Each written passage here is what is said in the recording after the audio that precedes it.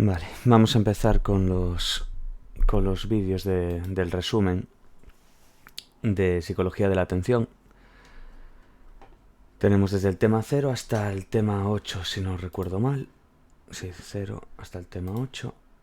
Así que vamos a ir empezando. Estamos a día 31.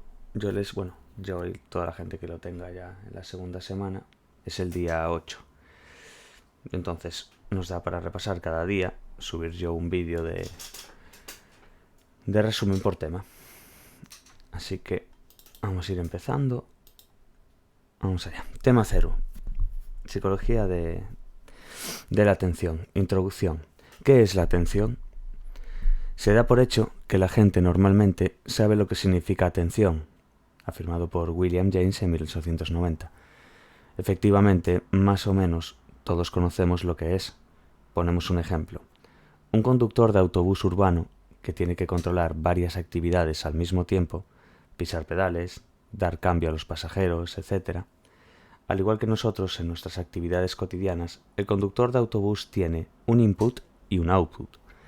¿Qué sería un input? Pues el flujo entrante de información del medio y ha de ser procesado cognitivamente.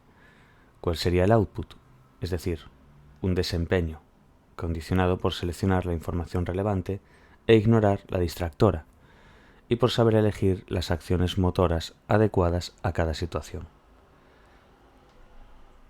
Vale. Atención como selección. Una de las primeras y más extendidas aproximaciones al estudio atencional es que la atención nos permite seleccionar la información relevante e ignorar la irrelevante. El ser humano es igual al canal de procesamiento de la información de capacidad limitada. El desbordamiento se evita usando una especie de filtro, que lo que hace es discriminar información útil de la información inútil, generando una especie de cuello de botella o estrangulamiento en algún punto del procesamiento. El momento en el que tiene lugar este cuello de botella ha dado lugar al denominado debate de temprano-tardío. Atención selectiva. ¿Qué es atención selectiva? Selección de información relevante más inhibición de la información relevante. Vamos a estar seleccionando la información que es relevante a la vez que inhibes la información que te es irrelevante. Un ejemplo podría ser, pues, el conductor de bus presta atención a las señales del tráfico, pero ignora las conversaciones de los pasajeros. Ahí tiene una selección de información relevante, que sería las señales de tráfico, y a la vez hay una inhibición, está ignorando, inhibiendo las conversaciones de los viajeros, lógicamente. Vale, eso sería la atención como selección. Luego tendríamos la atención como energía. Otros psicólogos entienden la atención como un conjunto limitado de recursos, energía limitada, que se comparte entre las tareas que se ejecuta. Atención dividida. ¿Qué sería la atención dividida? Explica la capacidad que tenemos para realizar varias actividades de manera simultánea, para lo cual hay que distribuir nuestros recursos atencionales entre las distintas tareas que se ejecuta. Sin embargo, si las demandas de las tareas superan los recursos atencionales de los que disponemos, debe aplicarse una política de distribución, priorizando una tarea frente a otra. Más desempeño en una y menos desempeño en otra, una prioridad. El ejemplo sería, el conductor de bus va repartiendo su atención entre sus tareas, pero si habla por teléfono, eso puede requerirle mucha atención y tener consecuencias fatales. Luego tendríamos atención y automaticidad. Cuando ejecutamos una tarea por primera vez, esta nos resulta problemática, pero con la práctica observamos que del desempeño mejora y llegamos incluso a realizarla de manera automática, cuando nos hemos convertido en expertos. Esto da lugar a una disociación clásica en la investigación atencional. Procesos controlados y procesos automáticos. Tendríamos los procesos controlados que requieren atención constante y pueden ser interferidos por otro proceso o tarea. Que lo que necesitas es una atención constante y van a ser interferidos por otros procesos o por otras tareas, pueden ser. Luego los procesos automáticos no precisan atención, transcurren alejados del plano consciente, son inmunes a la influencia o interferencia de otros procesos o tareas. Un ejemplo de esto sería el conductor de autobús. Cuando empezó a conducir sería más torpe, ¿no? Pero ahora conduce de una forma más ágil, como resultado de ¿qué? De la automatización de la conducta, como ya sabemos. Luego tendríamos la atención y control de la acción. La investigación emocional también se ha centrado en la selección de la respuesta apropiada, denominada también el control de la acción. Los individuos seleccionan la información, filtrando la relevante, más distribuyen los recursos entre tareas, más seleccionan y emiten la respuesta adecuada en el momento preciso. Ejemplo de esto, de esta atención y control de la acción. Pensar en errores durante la selección adecuada de acciones y en el control de la acción motora, como tirar la ropa sucia al cubo de la basura en vez del cesto. Punto 1.5. Conclusiones. ¿Qué es la atención? La atención es mucho más de lo que consideramos habitualmente. No es solo seleccionar la información relevante para la tarea en curso, sino también inhibir activamente la información irrelevante. No únicamente la capacidad de ejecutar correctamente una actividad aislada, sino que permite la realización conjunta de varias tareas, siempre y cuando no se excedan los recursos cognitivos. No se refiere únicamente a atender consciente y voluntariamente, sino también a los mecanismos inconscientes. No se circunscribe a los procesos cognitivos relacionados con la recepción y codificación de la información, sino que tiene que ver con la selección y emisión de las acciones motoras. Sigue siendo problemático encontrar una definición con la que todos los teóricos estén de acuerdo. Podría considerarse, a modo tentativo, que la atención es el mecanismo de control ejecutivo del procesamiento de la información que nos permite realizar de forma adecuada las múltiples tareas a las que nos enfrentamos en nuestra vida cotidiana, priorizando unas actividades y relegando a segundos planos otras. Puede entenderse como un complejo mecanismo en el que subyacen diversos sistemas cerebrales, implicados en el control de procesamiento de la información y en la selección de conductas. Este mecanismo influye y se deja influir por todos los procesos cognitivos, especialmente por la percepción y la memoria. Ejemplo serían las personas con TDAH o heminegligencias. Trastorno de déficit por atención y hiperactividad. Pero bueno, ya simplemente os lo digo así resumido para no entrar tanto. El estudio científico de la atención, desvinculado de la psicología, ha emergido en los últimos 20 años. Es por eso que ha habido numerosas aportaciones desde la neurociencia cognitiva, unidas al desarrollo de las técnicas de neuroimagen, que han permitido localizar redes cerebrales implicadas en una amplia variedad de tareas atencionales. Los descubrimientos de la psicología de la atención son fundamentales para el resto de procesos psicológicos básicos, sobre todo para abordar cuestiones relacionadas con la percepción y la memoria. La psicología de la atención es una disciplina de enorme aplicabilidad en ámbitos clínicos, educativos, organizacionales o de trabajo. Vale, vamos a la terminología básica ahora. Atención selectiva. Aquellas operaciones que nos permiten filtrar la información relevante y priorizarla frente a la irrelevante o distractora, que debe ignorarse.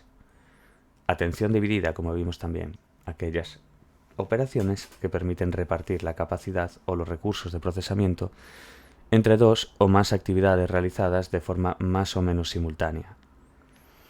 Aunque siempre se ha disociado entre atención selectiva y dividida, la realidad es que en las tareas de atención dividida está implícito un fundamento selectivo. La selección es parte de cualquier tarea atencional que obliga a recibir una información relevante e ignorar otra información distractora o irrelevante. Atención sostenida. Capacidad para mantener activa nuestra atención y permanecer alerta durante amplios periodos de tiempo. Las tareas de atención sostenida requieren que los sujetos permanezcan vigilantes durante largos periodos de tiempo, para así poder detectar un estímulo objetivo o target que aparece infrecuentemente. Estas tareas suelen ser muy monótonas, ya que la aparición del target es muy improbable y aleatoria. Para ejemplos sobre estos tres tipos de atención, consultar las páginas 9 y 10 del manual. En el ámbito aplicado, las actividades de control de procesos y de calidad son tareas de atención sostenida, así como el control de monitorización en la UCI de hospitales o la labor de controladores aéreos. En el laboratorio experimental, las tareas de atención sostenida han servido para analizar la evolución temporal de la vigilancia. Sabemos que, si bien la vigilancia se mantiene en los primeros momentos, conforme pase el tiempo, disminuye progresivamente, produciéndose a partir de la primera media hora aprox un brusco decremento del desempeño, con la presencia de numerosos errores u omisiones. A este fenómeno se le conoce como decremento de la vigilancia. Por este motivo, las actividades laborales que conllevan altos componentes de atención sostenida requieren la sustitución del operador cada cierto tiempo con objeto de introducir periodos de descanso. Importante ahora esta parte de arriba abajo y abajo arriba. Esta es una de las disociaciones más habituales de la psicología cognitiva, en general, y de la atención en particular. Hace referencia al locus u origen de los mecanismos que determinan el procesamiento y, por tanto, el control atencional. Vamos a ver ahora lo que es el mecanismo abajo-arriba, de abajo-arriba, lo que es bottom hasta up, y luego el mecanismo de arriba-abajo, lo que sería top y down, como ya sabemos. Entonces, mecanismos de abajo-arriba, bottom-up, tienen lugar cuando los cambios atencionales se ejecutan automáticamente. Muy importante esto. Se ejecutan automáticamente. Los otros, los de top-down, los que son de arriba-abajo, son cambios atencionales que se ejecutan voluntariamente. Entonces, quedemos bien con esto. Mecanismo abajo-arriba, bottom-up, tiene lugar cuando los cambios atencionales se ejecutan automáticamente. Automáticamente, así. Dirigidos por rasgos o propiedades físicas del estímulo externo.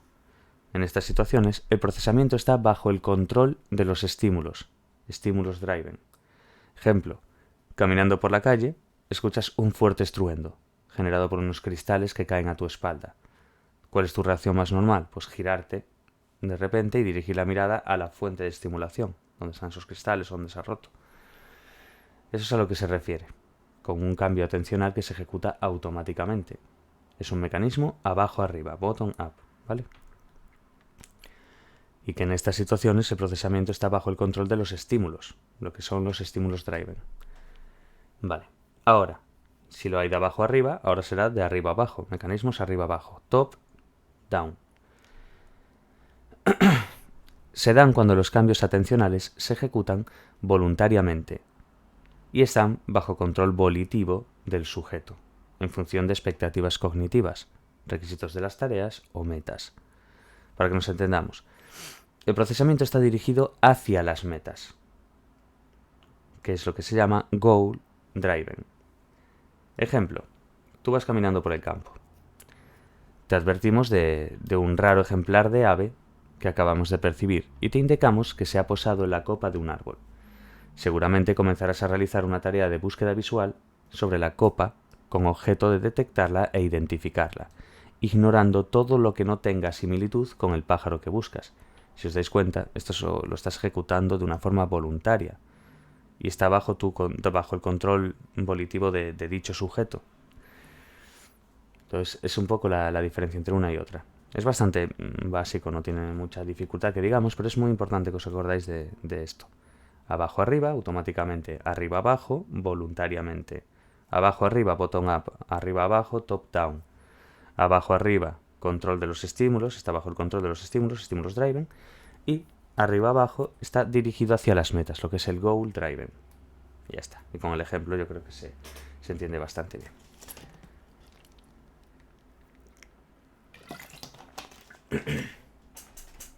Vale. Detección, identificación, discriminación. Primero, detectar. Supone advertir la presencia de un estímulo determinado. Por ejemplo, presionar una tecla cuando percibas una X que aleatoriamente aparece en diversas posiciones del monitor de tu ordenador. Entonces, cuando veas la X, le das al botón. Tú estás detectando, estás advirtiendo la presencia de un estímulo determinado. Eso sería la detección, ¿vale? Detectar. Luego, una vez detectado, identificarlo, ¿no? El punto 2 sería identificar. Supone dar un paso más, llegando a saber qué es el estímulo, categorizarlo o asignarle un significado. Por ejemplo, Supongan que realizamos una presentación rapidísima de 20 letras sucesivas, que se exponen cada una de ellas durante 100 milisegundos. En la misma posición del monitor, tal que una letra aparece cuando la anterior desaparece. Todas son de color negro, pero algunas pueden ser de otro color. La tarea del sujeto consiste precisamente en indicarnos qué letras concretas aparecieron coloreadas. Eso sería la identificación. Vamos a saber lo que es el estímulo, categorizarlo, asignarle un significado y demás. ¿Qué vendría luego? La discriminación, lo que es discriminar. Aquí implica lo que es localizar diferencias entre dos o más estímulos. Ejemplo: tarea igual diferente, en la que se presentan simultánea o sucesivamente dos estímulos y el sujeto debe indicar si son iguales o diferentes en algún rasgo o dimensión. Forma, color, posición, eso que es discriminarlo básicamente, que es en sí mismo ver las diferencias que hay entre dos o más estímulos, para así entendernos. Vale, target y distractores. Estímulo objetivo o target. Estímulo que debe ser detectado o identificado. Luego tendríamos, básicamente es eso. Creo que ya de todas las veces que hemos leído en algunos de los vídeos de YouTube que fui subiendo algunos temas ahí, ya se ve mucho lo que es el target. Target es el estímulo objetivo, el estímulo que tiene que ser detectado o identificado. El relevante, vamos ahí en ese caso. Estímulos distractores. ¿Qué serán estímulos distractores? Pues aquellos estímulos que tenemos que ignorar. Así como el target son los que tenemos que detectar o identificar, los distractores son los que debemos ignorar. La investigación ha demostrado que la información distractora, lejos de ignorarse en su totalidad, puede llegar a ser procesada y ejerce efectos significativos sobre el procesamiento del target. ¿Qué tendríamos luego dentro de estos puntos, en el 2.5? Procesamiento temprano versus procesamiento tardío. Muy importante esta parte, ¿vale? El procesamiento de la información alude a todas aquellas operaciones cognitivas que una persona pone en marcha desde que recibe la información del medio hasta que emite una respuesta. Estas operaciones cognitivas son inaccesibles y su estudio exige aplicar técnicas que permitan inferir su presencia, tal como veremos en el ejemplo de la página 13. 3 estadios o etapas. Primera, etapa de identificación perceptiva, con una posterior selección de la respuesta y con otra final de ejecución de la respuesta. Pues bien, durante el primer estado o fase de identificación perceptiva se suele distinguir entre lo que es el procesamiento visual y temprano y el tardío. Como vemos en el ejemplo de la página 14. Entonces, vamos a ver ahora aquí. Durante este primer estado o fase de identificación perceptiva se distingue el procesamiento visual temprano y el tardío. Entonces vamos a ver, procesamiento visual temprano, Early Visual Processing. Alude a las operaciones que ocurren en los primeros momentos de una presentación visual. Su resultado es una primera representación, esbozo o boceto primario del ambiente en forma de características básicas, tales como formas, bordes, colores, orientaciones, desplazamiento.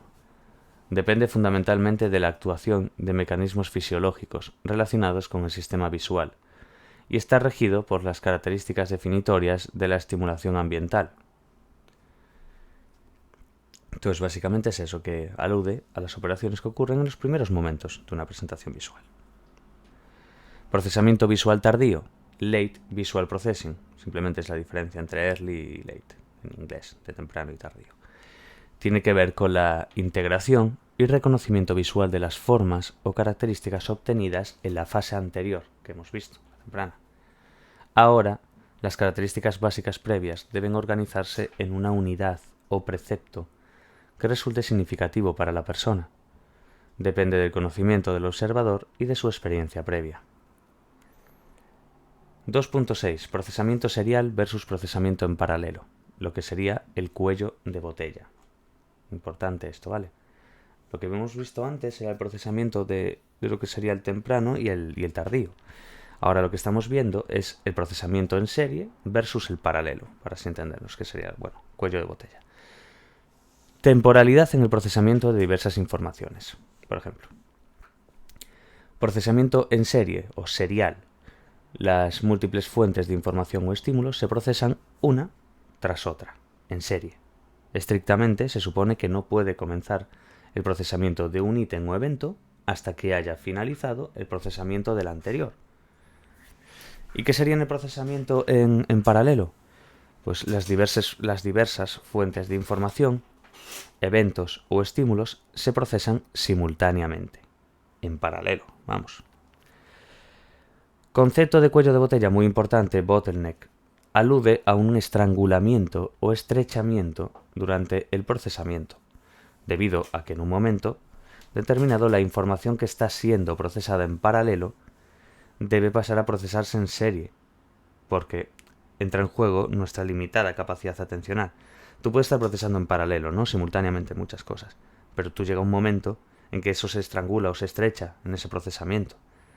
A raíz de que nosotros tenemos una capacidad atencional limitada. Como es limitada, tenemos que pasar de ese procesamiento en paralelo a en serie. Y solo es posible entonces ejecutar una actividad tras otra. ¿Entendéis? Vale. El origen se localiza en el modelo de filtro de Broadbent. Muy importante esto. Ya por ver la pregunta repetida 80.000 veces en los exámenes. Entonces, el origen se localiza en el modelo de filtro de Broadbent. Se ha utilizado reiteradamente en los modelos de competencia entre respuestas para explicar el periodo refractario psicológico, importante, al analizar el fenómeno de parpadeo atencional, describiendo cómo se consolida y recupera la información bajo condiciones de doble tarea. Ejemplo, una analogía con la vida real. Suponga una autovía con dos carriles, ¿no?, que se estrecha. En un determinado momento, por el control de seguridad, solo se puede acceder un único automóvil. A partir de ese momento, solo puede transitar un vehículo tras otro. El tráfico se enlentece, lógicamente. Pasamos de un paralelo a una en serie, básicamente, es lo que nos está dando a entender. Vale. Estas que os voy remarcando cuando os digo modelo de filtro de Broadbent, cuello de botella, todas estas cosas que remarco así de vez en cuando, en plan de procesamiento en serie, paralelo, es porque las veo en los exámenes. Las movidas que voy subiendo de Patreon voy viendo patrones de preguntas que se repiten mucho. Entonces, claro, pues ya lo veis. Vale. Desplazamiento y control de la atención.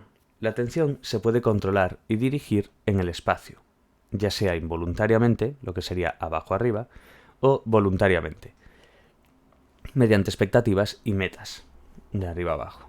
Esta capacidad de desplazamiento nos permite atender a casi cualquier elemento que nos rodea, aunque lamentablemente con ciertas limitaciones. Esto ha servido para fundamentar una metáfora muy conocida, la metáfora del foco de luz, spotlight. Ilumina una zona del espacio que puede ser visualizada, dejando en penumbra al resto. El foco atencional se desplaza y alumbra diversas zonas del espacio, facilitando el procesamiento de la información que allí resida.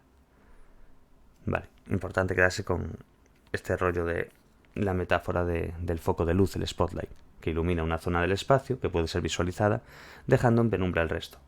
Entonces el foco atencional se desplaza y alumbra diversas zonas del espacio, facilitando el procesamiento de la información que allí resida, ¿vale?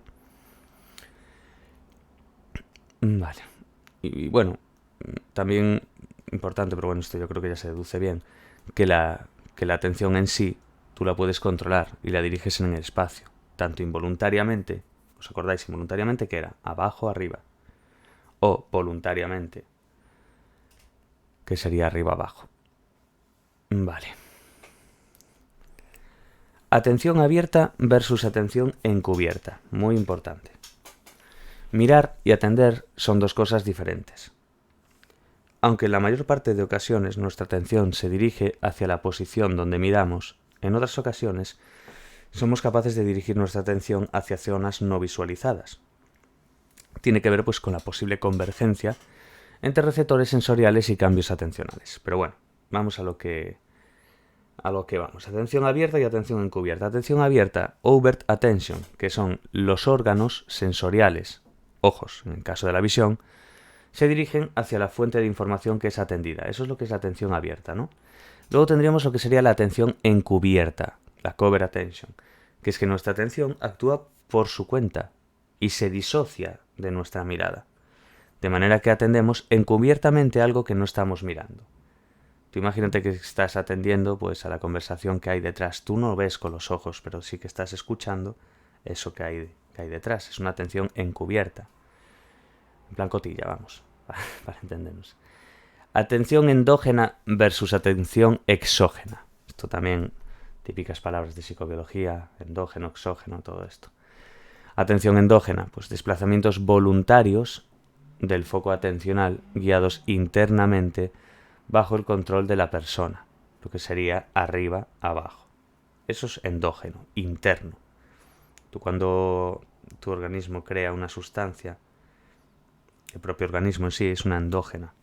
Está creando una sustancia endógena, o que es básicamente es la referencia que nos hacen aquí con atención también, atención endógena, que está guiado internamente bajo el control de la persona. Exógeno pues es como el que consume una pastilla o el que se mete algo de forma exógena a su organismo, algo de fuera para adentro. Entonces, atención exógena alude a los cambios atencionales, reflejos provocados por la presencia repentina de estímulos externos. ¿Veis? Externo. Eso sería abajo arriba. ¿Veis lo importante que es la referencia esta de arriba abajo, abajo arriba y tal? Pues la repiten mucho. Entonces es importante ver cómo la aplican desde la forma voluntaria a la forma involuntaria. Vale. Bueno. Punto 3.3.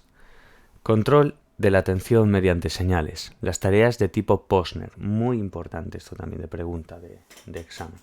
Tareas tipo Posner, ¿vale?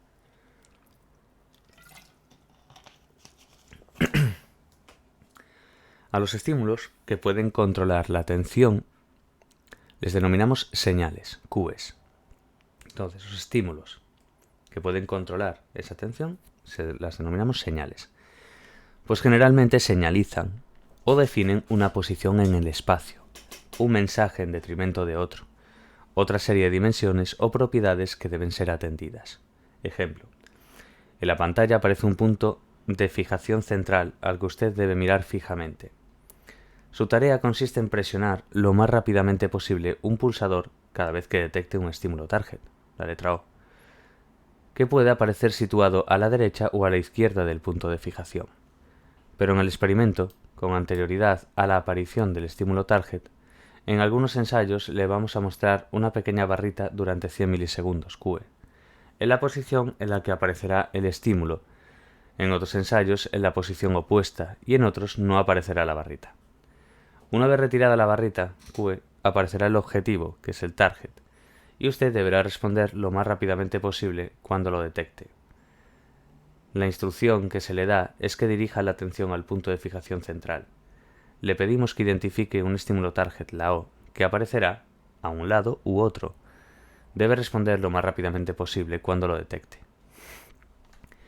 La lógica del experimento, al utilizar un indicio o señal previa, la barrita, a la aparición del estímulo, esta señal sirve para dirigir su atención con anterioridad hacia la posición de la posible aparición del estímulo, de tal manera que, si éste aparece en la posición marcada por la señal, los tiempos de respuesta serán mucho más rápidos que si aparece la posición opuesta. Por lo tanto, ya disponemos de una primera caracterización. Una señal es válida cuando marca la posición en la que aparecerá un target, mientras que es inválida cuando marca una posición opuesta. Los ensayos neutros son aquellos en los que no aparece señal alguna. Una variación del experimento es sustituir la señal y cambiar la barrita por una flecha, que aparecerá ligeramente por encima del punto de fijación. Esta flecha apuntará a la derecha en algunos casos, en otros a la izquierda y en otros hacia ambos lados. El resto del procedimiento experimental será idéntico. Habrá ensayos válidos, inválidos y neutros. En los ensayos válidos, la flecha apuntará donde aparezca la O. En los inválidos, pues al lado contrario. Y en los neutros la señal será ambigua, ya que será doble flecha y no ofrecerá información espacial. Entonces, en los ensayos válidos la flecha apunta a donde aparezca la O. En los inválidos, al lado contrario. Y en los neutros la señal será ambigua, ya que es una doble flecha y no ofrecerá información espacial. La diferencia entre los dos tipos de experimentos es la naturaleza de la señal, barrita frente a flecha. La barrita capta automáticamente su atención, lo que sería atención exógena, y la dirige hacia una posición espacial de forma relativamente involuntaria. Sin embargo, con la flecha hay que interpretarla para ejecutar el movimiento atencional voluntario hacia el lado correspondiente, lo que es atención endógena. ¿Veis la diferencia ahí? La barrita capta automáticamente su atención, que es atención exógena, y luego hay que interpretar para ejecutar el movimiento atencional voluntario, endógeno, hacia el lado correspondiente, lo que sería la atención endógena, ¿vale? Una es automáticamente la atención, por lo cual es atención exógena, y la otra es atención voluntaria hacia el lado correspondiente, que es atención endógena. Vamos a ver señales endógenas, o señales centrales, también llamadas, y señales exógenas, o señales periféricas. Básicamente, señales endógenas o señales centrales precisa ser interpretada cognitivamente para controlar y dirigir la atención. Aparece en el centro de la presentación, la flecha, ¿vale? Luego tendríamos la señal exógena o señales periféricas, que sería la barrita. No requieren interpretación y atraen directamente la atención hacia la posición ocupada. Aparecen en la periferia del campo visual, la barrita. Zona central, flecha. Periferia, por así decir, del campo visual, la barrita significa. Señal endógena y señal exógena, ¿vale? Señales endógenas, señales centrales, señales exógenas, señales periféricas. Las centrales, la flecha. Las periféricas, la barrita. A este tipo de disposiciones experimentales se las conoce como paradigmas de señalización o paradigmas de tipo Posner, como vimos antes, pues el investigador que las introdujo. De ahí llevan su nombre. La señal sirve para dirigir la atención de forma previa a la aparición del estímulo. Los ensayos válidos aparecen con mayor probabilidad que los inválidos, y tomamos los ensayos neutros como línea base o control, para así calcular los posibles beneficios asociados a utilizar una señal válida, tiempos de respuesta más rápidos y menos errores, y los costes implicados en emplear una señal inválida, tiempos de respuesta más lentos y mayor número de errores. A este paradigma se le denomina también paradigma de costes-beneficios. Es muy importante saberse estos dos, aunque signifique lo mismo, tener los dos nombres ahí bien. Si en los ensayos neutros el tiempo medio de respuesta es de 300 milisegundos, diremos que existe beneficio. Si los válidos obtienen tiempos significativos menores de 250 y un coste, si los inválidos obtienen tiempos significativos mayores, 350 milisegundos. Entonces, básicamente, quedémonos con este paradigma de coste-beneficio. Si en los ensayos neutros el tiempo medio de respuesta es de 300 milisegundos, diremos que existe beneficio. Si los válidos obtienen tiempos significativos menores de 250 milisegundos y un coste si los inválidos obtienen tiempos significativos mayores de 350 milisegundos. Vale. Atención dirigida al espacio, Space Bus, o dirigida al objeto, Object Bus.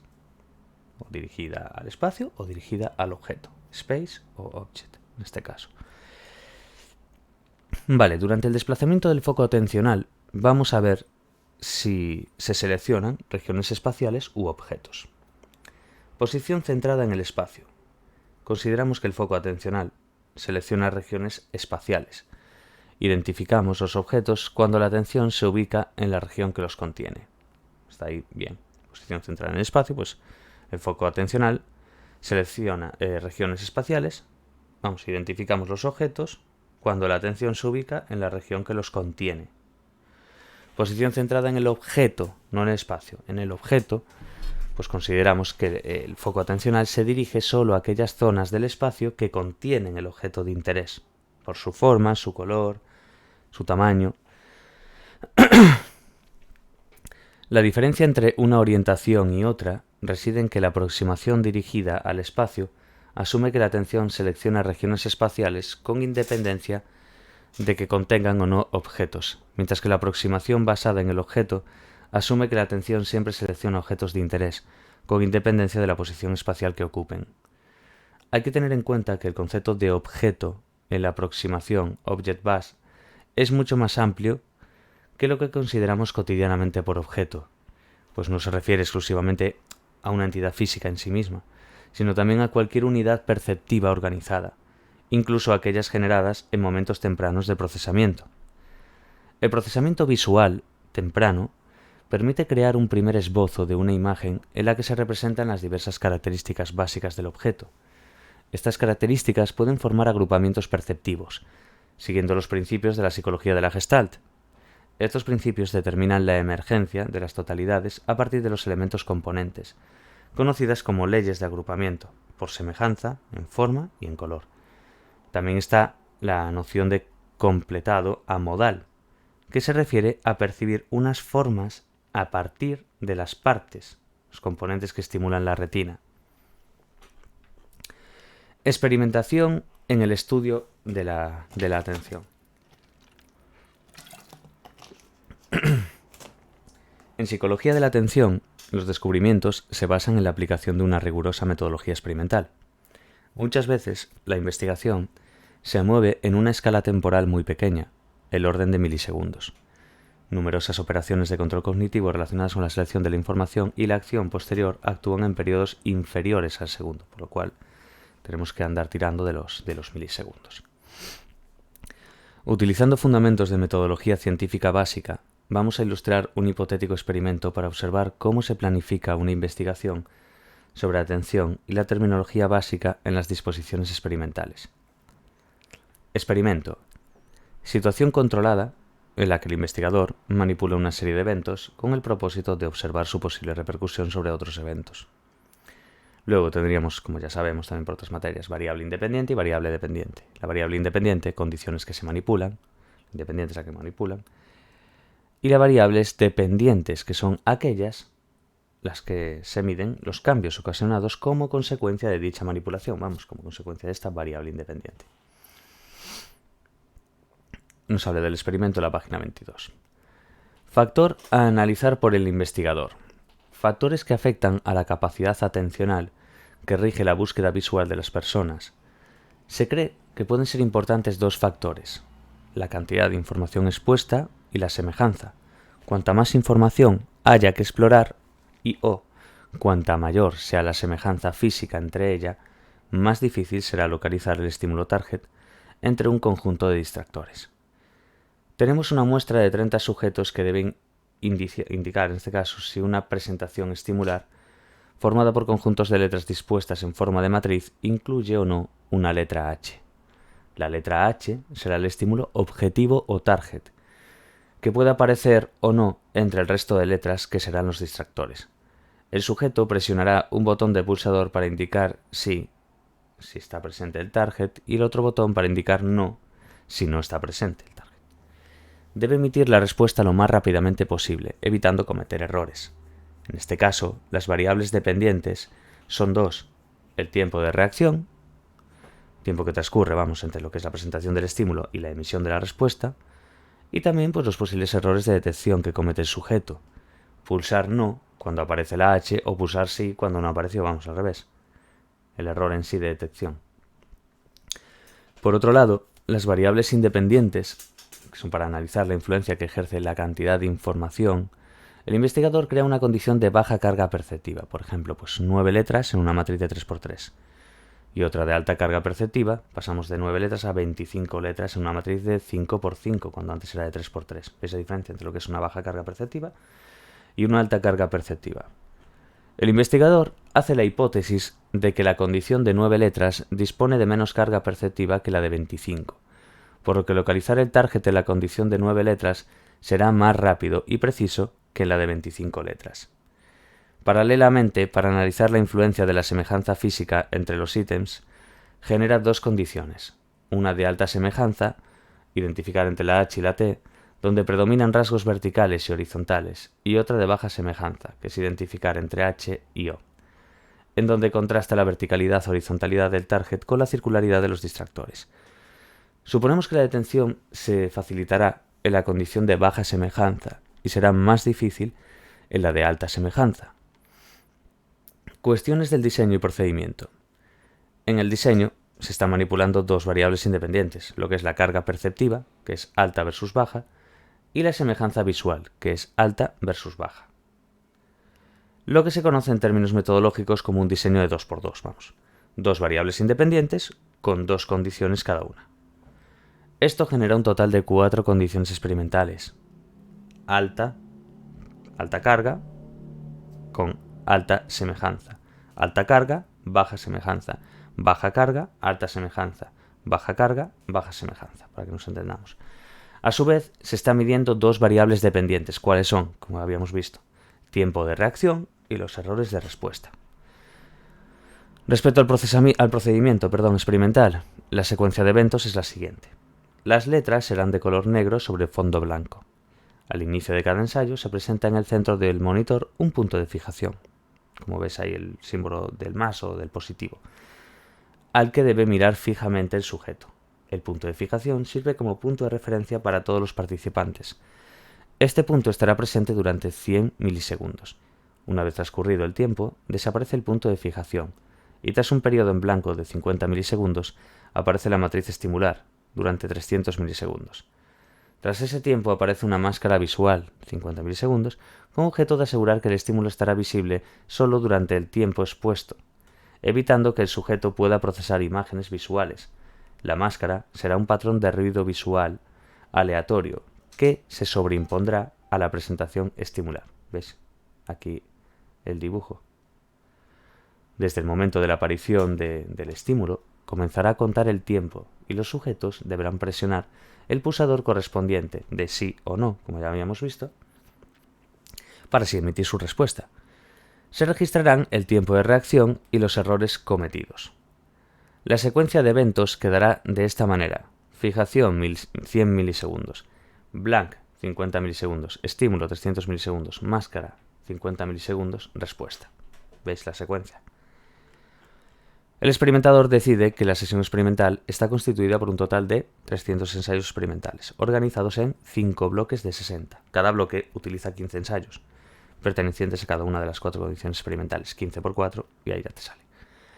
Entre estos bloques se incorporan periodos de descanso de 5 minutos. Un aspecto importante es que los sujetos se familiaricen con la tarea. Para esto se realiza al inicio un bloque previo de ensayo de prácticas. El intervalo entre ensayos será de 1 segundo. Tiempo entre la finalización de un ensayo, lo que es el sujeto emite la respuesta presionando el pulsador, y el inicio del siguiente, que es cuando aparece el nuevo punto de fijación. Transcurrirá 1 segundo. Hay dos conceptos aquí muy importantes de los experimentos de laboratorios que hay que saberse bien. ISI y SOA. ¿Qué es ISI? Interestímulos interval, que es intervalo entre estímulos, vamos. Alude al tiempo que media entre la finalización de un evento y el inicio del siguiente. El ISI, entre el punto de fijación y la matriz estimular, es de 50 milisegundos, que corresponde al intervalo en blanco, como habíamos visto. SOA, ¿qué es esto? Estímulos Onset Asynchrony, que es asincronía en la presentación del estímulo. En el ISI es el intervalo entre estímulos. Y en el SOA es la asincronía en la presentación del estímulo. Entonces alude al tiempo que transcurre entre el inicio de dos eventos, que es la asincronía entre la aparición del punto de fijación y la aparición del estímulo, es de 150 milisegundos, 100 del punto de fijación más 50 del periodo en blanco. ¿Entendemos? Lo que dicen es que el SOA básicamente es, lo que está aludiendo es que al tiempo que está transcurriendo entre lo que es el inicio de dos eventos. La sincronía entre la aparición del punto de fijación y la aparición del estímulo es 150. ¿Por qué? Pues porque son 100 del punto de fijación y 50 del periodo en blanco. ¿Entendemos?